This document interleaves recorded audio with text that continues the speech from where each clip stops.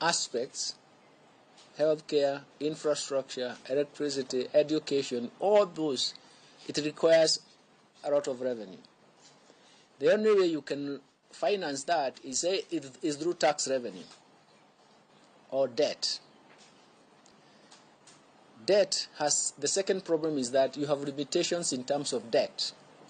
Debt today can be income, but debt tomorrow is going to be an expenditure. The third problem is that if you can't finance those revenues or those expenditures through debt, then you have to finance them through taxes. And everyone resists high taxes. So that's why we call it a trilemma, or a three-dimensional problem. It's one problem in three problems. But we are going to overcome by looking at moderate ways of trying to solve the problem.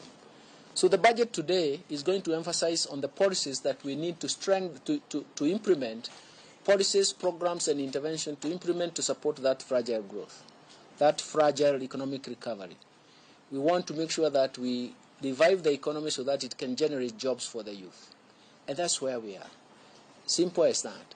We want to revive the economy so that we can pay our debt. We have been buffeted by debt, and everybody has seen us moving from moderate risk to high risk of debt distress, isn't it?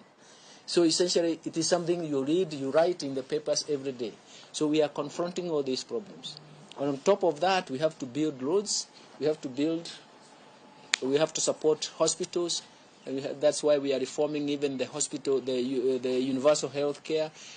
There's the school program. We have a new school program. We have a financing model. And we all have to support that in terms of resources.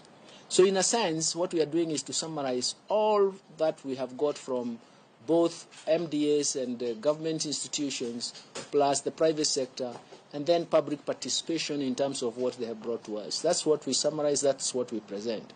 But this year's budget, we want to emphasize two things. First, we have to protect that economic recovery. We can only protect that economic recovery through policy reforms, through the diverse measures of raising revenues, through programs, and through interventions. Okay? That is the most important thing. The second thing is that the policy reforms must go in different dimensions. With some of you, I don't know whether you look at data. If you look at